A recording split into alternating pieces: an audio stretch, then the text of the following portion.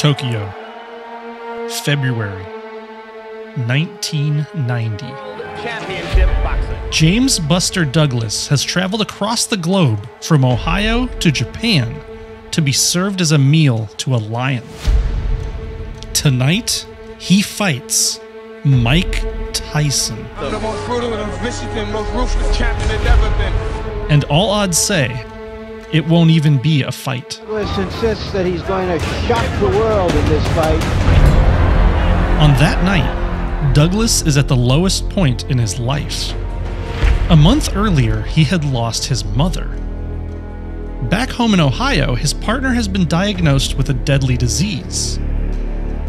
Every puffy face in a suit is on TV debating on if he can make it to round 2. As he steps into the ring with Tyson, odds are 42-1 that Douglas will be absolutely eviscerated by the undefeated heavyweight champion. The world has come to see a slaughter. As the first bell rings and the crowd quiets, what they witness is a tiger who's been backed into a corner. 3 solid shots right on Tyson's face. Douglas's heavy fists land shattering blows for 10 straight rounds. Shades of Ray Leonard against Tommy Hearns. A stunned champion is thrown against the ropes. His vision shaken from megatons of flesh and bone crashing against his frame. That we're used to seeing. Fists like hammers are thrown at his skull. And finally, blackout. What an uppercut by Douglas, and down goes Tyson. When Tyson wakes up, the world sits in stunned silence. Mike Tyson has been knocked out. There, in a musty arena in Tokyo, Japan, David stands atop Goliath. Now, 10 years later, Douglas is retired. But back in Japan, another fighter has chips stacked against them. The once great house of Nissan now sits in disrepair. Its bank accounts are overdrawn. Facing billions in debt, bankruptcy tightens its noose around their necks. Italy and Germany have taken over the sports car universe. But like Buster Douglas had done in 1990, Nissan rises up from its broken throne, bares its bloody teeth, and rips their opponents' heads off. At the dawn of the millennia, the automotive world saw its greatest upset. When a bloodied, over-the-hill fighter unleashed a twin-turbo-powered uppercut to the face of everyone who doubted them. In the 10th round, as the lights began to dim on the empire of Nissan, a samurai sword was unsheathed to slash its blade across the throats of Ferrari, Lamborghini, and Porsche. Their blood spilled in the name of Japan's greatest champion, the GTR.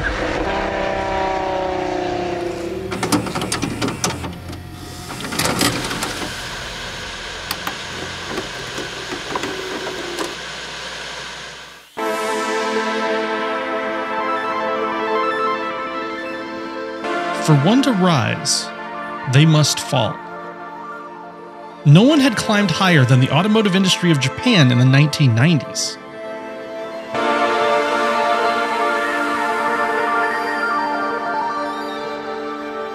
The world was now buying the Toyota Corolla. Parents bought Hondas for their kids going off to college, and enthusiasts lusted after Type Rs and GTRs rather than Ferraris. But as Y2K drew near, the shining red sun of Japan's economy began to set. With its fall, the budget for fun began to dry up. It didn't help that the world in the mid-90s kinda didn't care about Japan's great cars anymore. With little to no updates, the NSX had grown tired and old. Toyota's Supra was not yet appreciated for its potential. And Americans had bought their last Z in 1996. Customers had voted with their wallets. They no longer wanted sports cars. The writing was on the wall. The time of affordable, enjoyable, driver-focused vehicles had come and gone. Sure, if you were lucky enough to be above middle class, you still had some options. Italy, having sensed that there were still customers looking for breakneck performance, began its supercar revolution in the 90s. F355, Diablo, Zonda. Germany doubled down on being the premier choice of dentists, doctors, and architects. The M3, the SL, and most importantly, the indomitable chariot of the golf course, of middle-aged men who have money, a desire for speed, and a lack of originality. The Porsche 911. As the world's clocks ticked over into the year 2000, going fast was becoming a luxury only the upper class could afford. While Toyota embraced this new beige era and sold Priuses and RAV4s, the ground underneath Nissan began to crack. As they began to slip away into bankruptcy, they made a last-ditch effort to survive and called the French.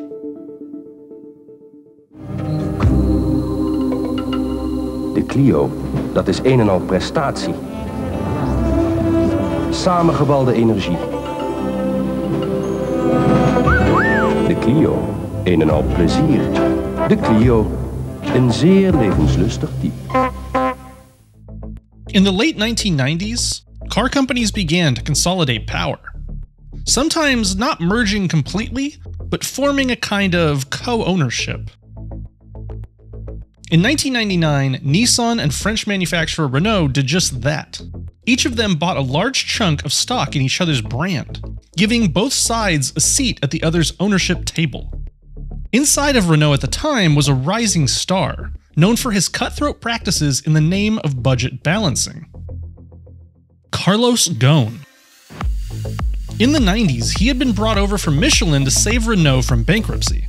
And in a year, he had turned the then-failing French brand profitable. So naturally, when Renault got a peek at Nissan's dismal financial state, they made Ghosn chief operating officer to save them.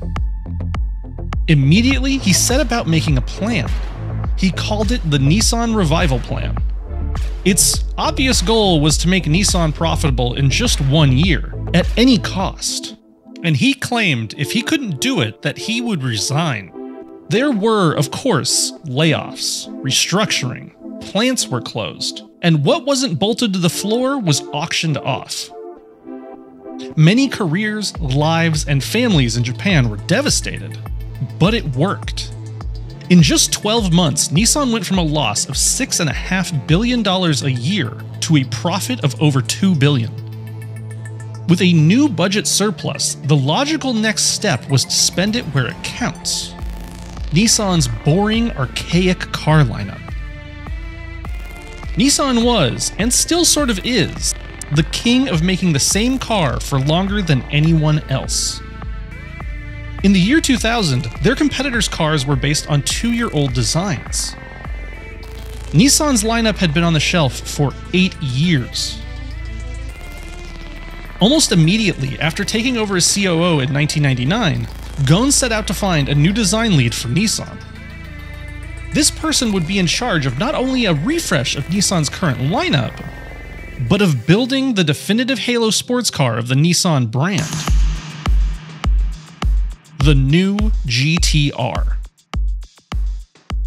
Ghosn's new vision of the GTR was to not make it just a performance variant of some passenger car, sold only in Japan, but a halo car that would have impact around the globe.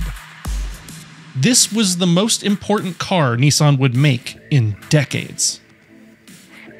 For the position of design lead, Ghosn had 3 conditions.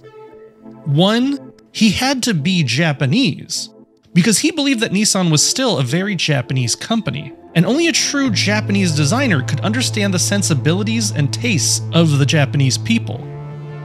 2, that designer must be a global success. Ghosn's plan for Nissan spanned nearly every country on the planet. His new designer would need to be able to think outside of the country. And 3rd, he had to come from outside of Nissan. Ghosn himself is quoted as saying Nissan should be rebuilt by Nissan employees, But for the task of revitalizing its image, they needed a fresh eye. So you want to build fresh, exciting, global designs. Where do you look?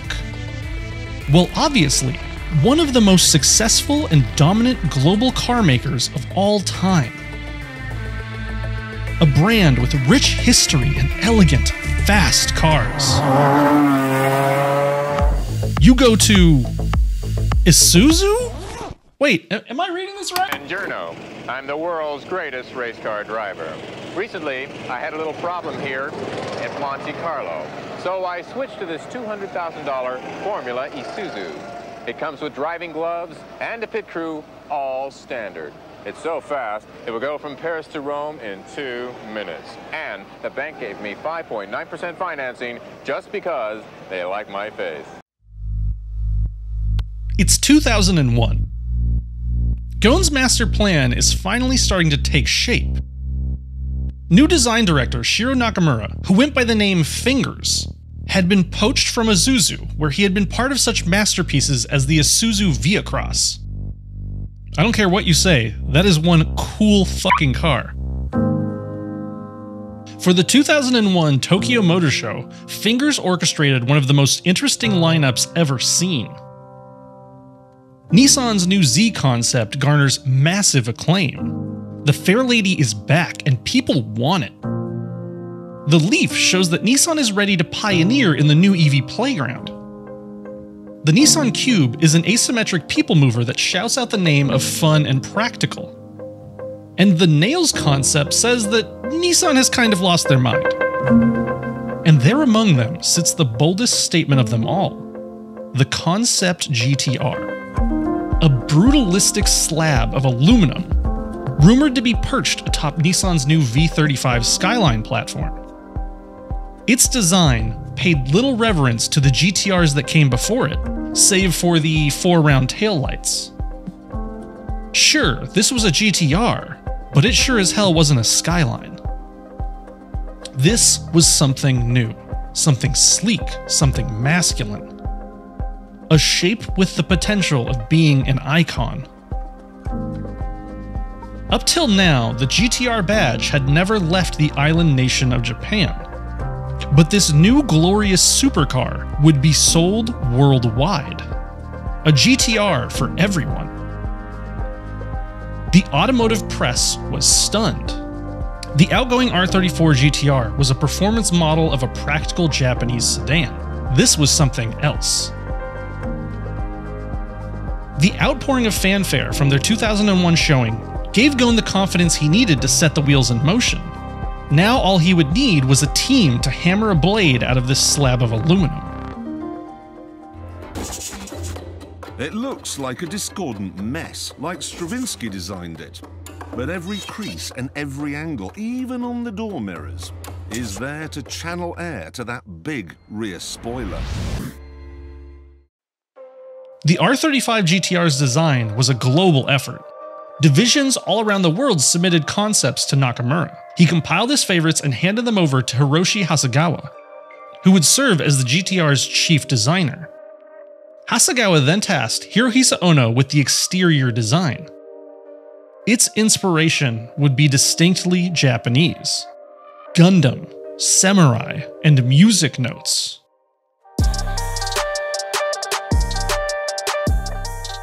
The first draft of its design would take Ono 2 whole years to pen. Its massive, blocky design was intentional. Ono decided that this was not to be a pure sports car, letting air dictate the design and shape so much that it looks like everything else.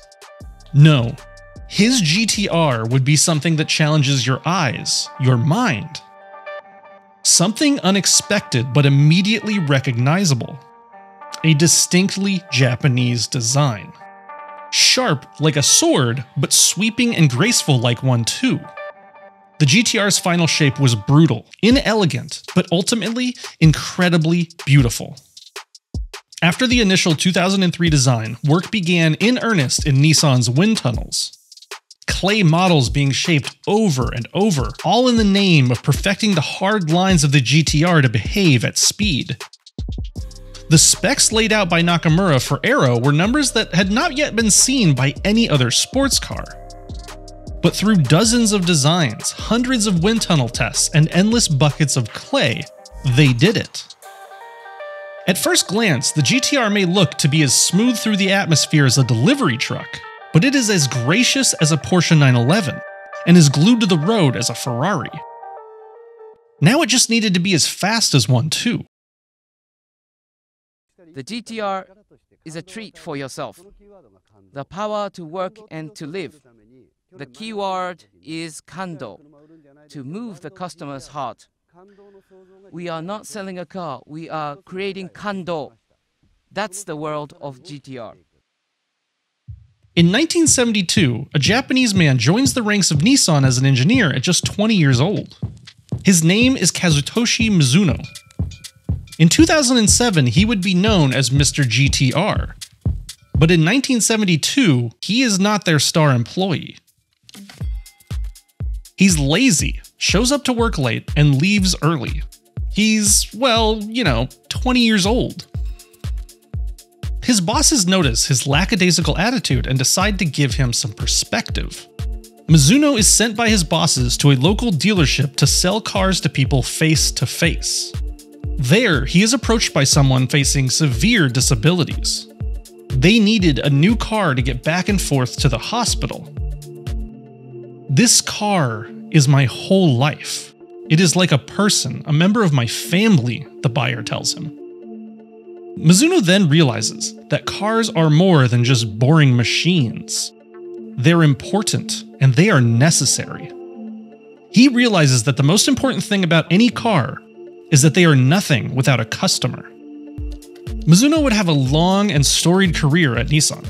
He would join the Nismo team in 1987, and help push the R33 GTR onto the track at Le Mans in 1994. His hands would help create the new Z33 Fairlady, the Infiniti FX, and the Skyline V35. And in 2003, Ghosn approached him as the lead engineer on the R35 GTR project, and promptly, Mizuno rejected the job offer.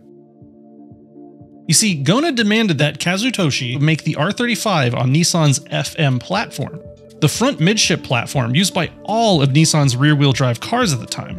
Kazutoshi said that it could not be done. To prove his point, he made a prototype with an upgraded platform now known as the PM platform. And he was right. The PM platform was superior in almost every way. Ghosn, with egg on his face, relinquished full control of the GTR's development to Mizuno. Having worked with GTRs his entire career, Mizuno understood that this was not to be a mere sequel to the R34 GTR, but Nissan's first real supercar. A supercar nearly 40 years in the making.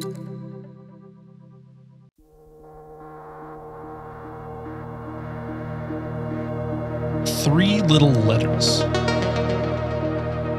GTR. A humble silver and red badge that has defined the DNA of Nissan from their early beginnings.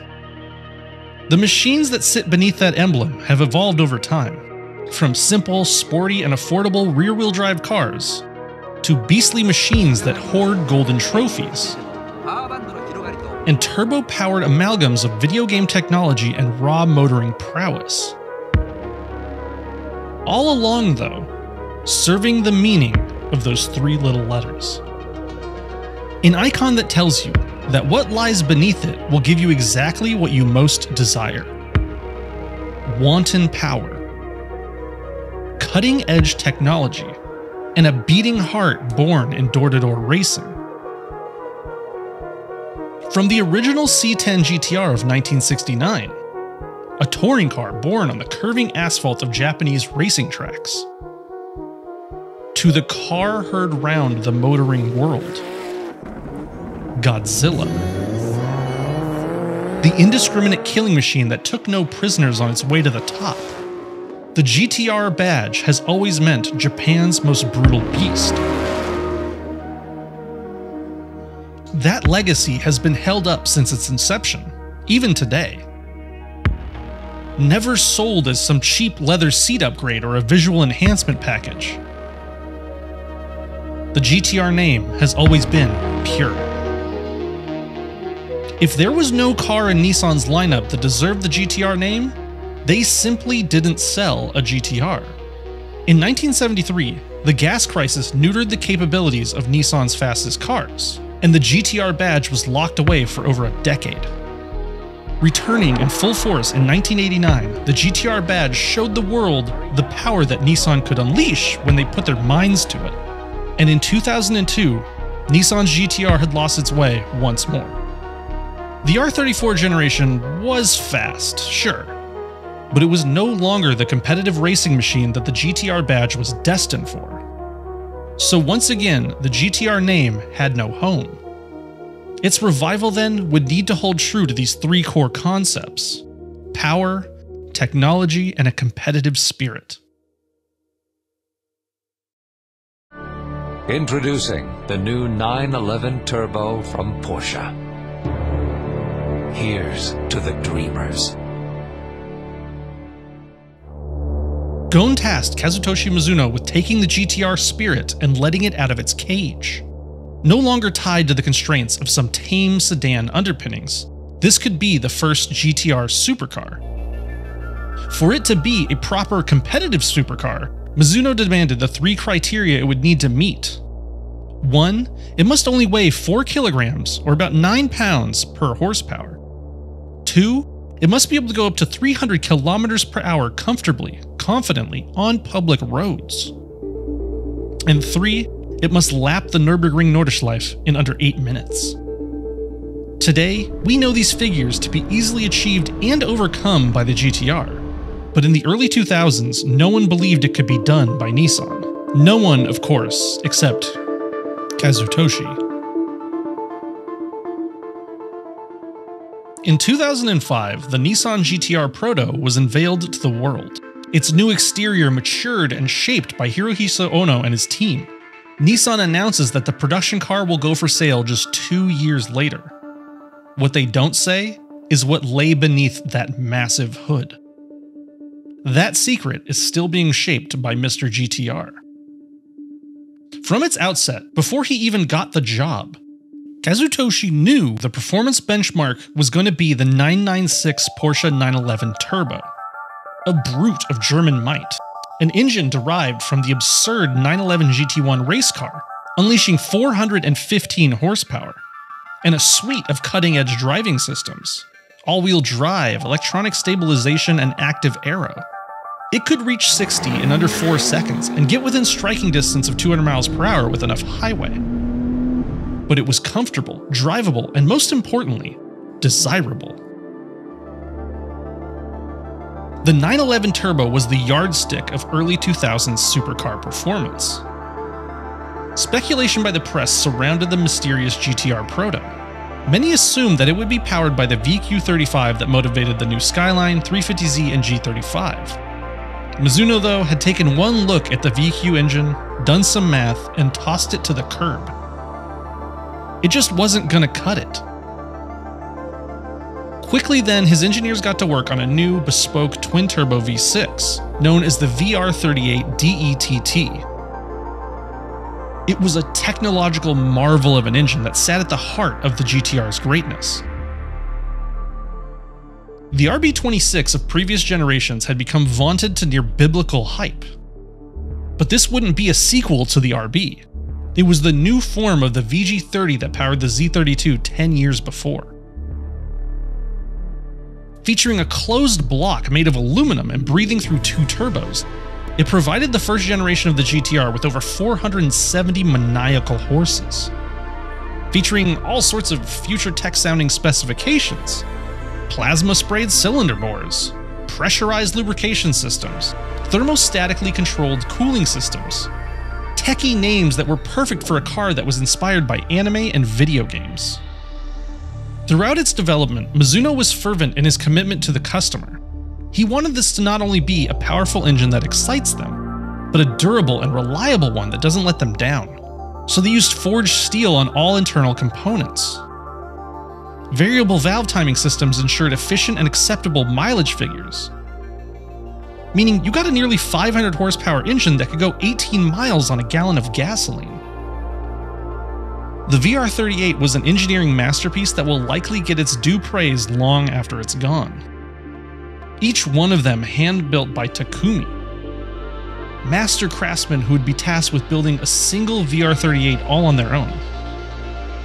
Their names emblazoned on a plaque on every motor they produced. 日産の匠はですね、卓越したその見る感覚っていうんですか、そういうところがあります。特に、要求されるのは機械ではできないところの計測を人間の感覚で組める人間です。The VR38's rage would be focused through an evolution of the original ATTESA system, the complicated all-wheel drive traction system that allowed the R32 GTR to claw its way to the top. This new generation was known as the ATTESA ETS, and is wildly complicated. Power was delivered through a complex, asymmetrical all-wheel drive system that in most conditions performs relatively like a rear-wheel drive drivetrain. But when traction was needed, like, say for example launching from a stop, up to 50% of its power could be delivered to the front wheels. Tucked above the carbon fiber air diffuser is a plethora of performance sensors. Yaw, pitch, traction, accelerometers, G-force sensors, all working in harmony with a complex computer system to deliver power exactly where it is needed at all times. The computing system of the GTR's drivetrain was not where the video game inspiration ended though. Inside, a central display was quite literally a video game. For decades, Polyphony Digital's Gran Turismo was the first and sometimes only place enthusiasts outside of Japan had ever seen a Nissan GTR. Nissan recognized this and decided to partner with Polyphony for the release of their newest iteration. The team at Polyphony would be in charge of the design of the dash screen in the R35. What they made was a display capable of telling you nearly everything about your GTR with intrinsic detail, guiding you on when best to shift gears, or how to optimize your turns to clip apexes, keeping track of your braking usage, and updating you on your lap times. It gave the owner encyclopedic knowledge of their machine that was detailed, functional, and easy to use. Because of course, Polyphony had been making video game interfaces for decades. For its final touches, Nissan sought help from outside the shores of Japan. The GTR was sent to the UK and given to Lotus to iron out its chassis, dynamic steering, and suspension geometry. Brembo was tasked with helping stop this monster in its tracks, delivering 6-piston calipers that looked more at place on a racetrack than a city street. All of this would then truly cement the GTR as the supercar for nerds. It was designed to look like a fighting robot, powered by space-age technology, and programmed by video game engineers. With all of the pieces in place, Nissan built a camouflage prototype GTR for testing on the Nürburgring. It was a full-fledged GTR with the skin of an Infiniti G35. This was the first time journalists got to hear the roar of what was to come, but even they weren't ready for what Nissan was about to give the world.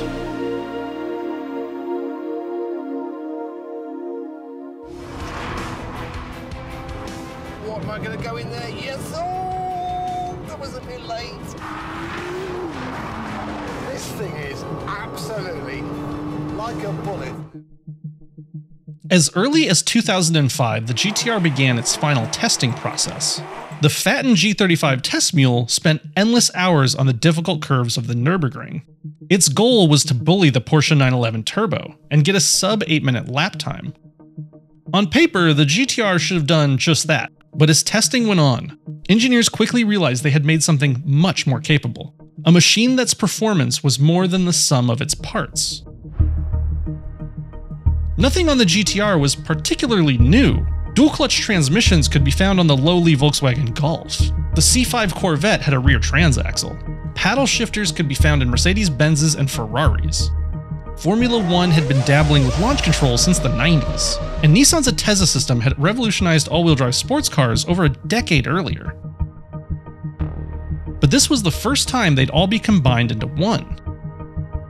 By 2006, test mules were being abused around the world. Nissan put them head-to-head against the 997 911 Turbo at Laguna Seca and Nürburgring. In testing, not only did the GTR keep up, it handily beat Porsche's turbo-powered supercar. It not only beat that 8-minute Nürburgring goal, it obliterated it, recording a lap time of just 7 minutes and 38 seconds. It not only beat the 911 Turbo, it flew past the 911 GT3 RS and had 10 seconds to spare. And the GTR did it in the rain. This new GTR had leapt beyond the capabilities of any GTR before it. This truly was Nissan's new supercar. At the 2007 Tokyo Motor Show, in a moment that likely broke the hearts of everyone working on the Lexus LFA, Nissan's stage played a video of the GTR completing a lap of the ring in just 7 minutes and 18 seconds. The fastest time recorded by a production car thus far, and Carlos Ghosn himself lifted the veil and showed the R35 to the world. With 480 horsepower, the GTR is up for any competitive challenge. Anyone, anywhere, anytime. If you were alive in the year 2007 and you were one rich bastard, your choices in the world of fast cars was drool-worthy. For a little over $300,000, you could have a screaming V12-powered speed sled, the Ferrari 599, that sped up to 200 miles per hour and broke 60 in a hair under 4 seconds. For the budget-minded consumer, you could drive away in a new Audi R8, Germany's blazingly fast but blandly designed supercar that was as comfortable above 150 miles per hour as most luxury cars are at 20. All yours for around $150,000. For those of us not as well endowed down below, you could purchase the Lamborghini LP640, a massive brute of a machine, 12 cylinders, and the worst gas mileage of any car sold new in 2007. Ludicrously fast, but absurdly expensive at over $270,000. All of these were beautiful and fast cars. And all of them were a complete waste of money the moment the GTR went for sale, for just $70,000. About half the price of the 911 Turbo it was meant to compete with. One cannot compare the early GTR with its competitors without this most important figure.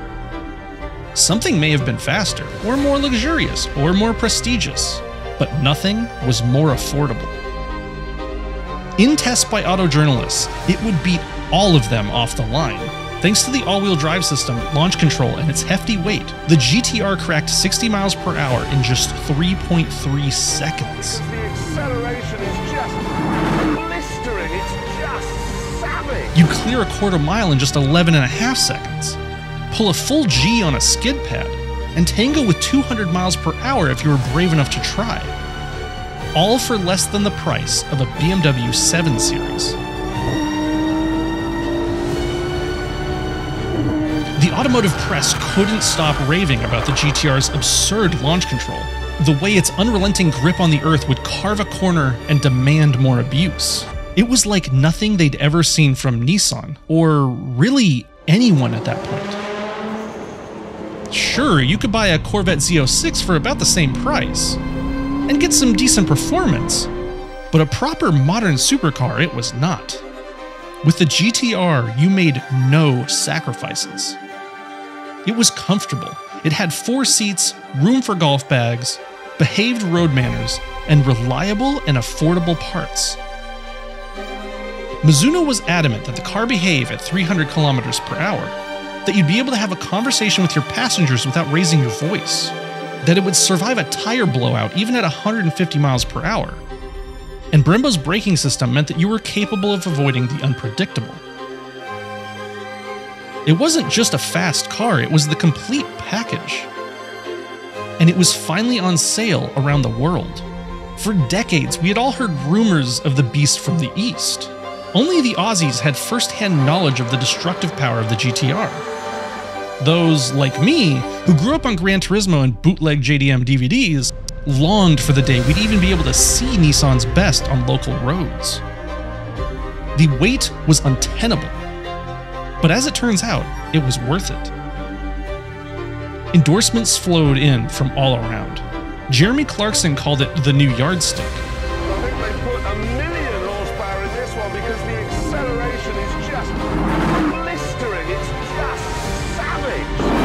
God, face-ripping. Motor Trend said it defied physics before awarding it Car of the Year.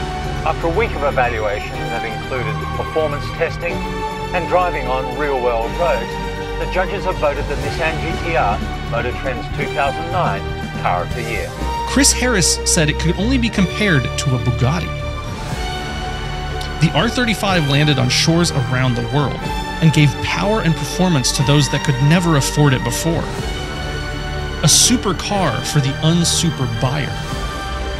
Italian performance for the middle class. It was the underdog boxer that Nissan needed at the right moment to save them from annihilation.